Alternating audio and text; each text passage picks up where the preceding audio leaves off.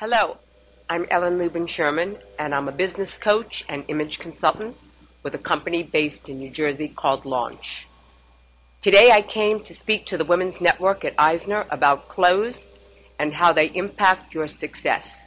And it's not a topic that I don't feel passionate about. Because for the last 30 years, I've been telling people over and over again, first impressions matter. Now, 30 years ago when I said first impressions matter, they thought first impressions took 35 seconds. Right now, because we're so used to instant everything, we make our decisions in less than 3 seconds. Think about it. In less than 3 seconds, someone is making a decision about whether they want to work with you, whether they want to play with you, whether they want to have lunch with you, and they're all doing it based upon nonverbal cues you're sending out. Now, 70% of communication is nonverbal. Only 11% is the words we say. So, if I'm making a decision about you, I'm probably basing it on the way you present yourself. And to me, presentation matters more than ever before.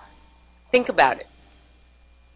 10 years ago, when everything became casual Friday, and then casual Monday, and then casual Wednesday, it didn't seem to matter if we showed up looking spiff polished, because everybody was going to have their job and, companies would still be solvent. And then came August 2008. Lehman went under.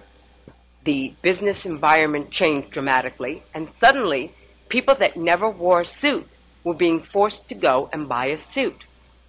Why? Because their first impressions mattered. So I'm going to tell you now that even if you're not working in a perilous work environment, and even if you think your job is safe, you should always be marketing yourself for success. And marketing and branding comes from your presentation skills. One of the biggest ways I determine if somebody is a high performer is their energy. Do they smile at me? Do they initiate a hello? What's their posture like? And do they walk with a sense of purpose? All these things are being done non-verbally. And then, of course, I'm looking at the way they carry themselves. Are they well-groomed? Do they have a recent haircut? Are their nails tidy? And then I look at their clothes. Are they wearing something that's obviously something they took care putting together, or is it just something they slopped together? All these things pay a big price in the way you're perceived. And perception is more important than reality. I'll tell you something else. When I started my career back in 1977, I came to a big agency on Madison Avenue with very little experience in public relations. But I always came into work looking my very best. Of course, it was the kind of environment that encouraged creative dressing, but I still always looked appropriate and somebody that you thought was maybe going places. 3 weeks into the job, I was asked to attend a meeting and told that I would be leaving for Procter & Gamble in Cincinnati that night. No toothbrush, no mouthwash, just get on the plane with the CEO and travel to Procter & Gamble. And I said to the executive talking to me, but I don't even know anything.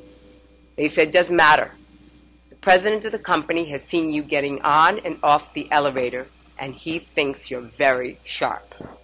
So made a decision about me in a matter of a couple of weeks, just on the fact that I had branded myself as upwardly mobile, polished, and competent. So it's not enough just to show up at work and do a good job. People are looking at you every single day and making snap judgments, thin sliced decisions about whether you're really competent, whether you're a low performer, or whether you're just in here till you find your next best opportunity. Let me assure you that if you take some control over your perceptions, you'll have a far better chance of moving ahead than if you let other people dictate what they think about you.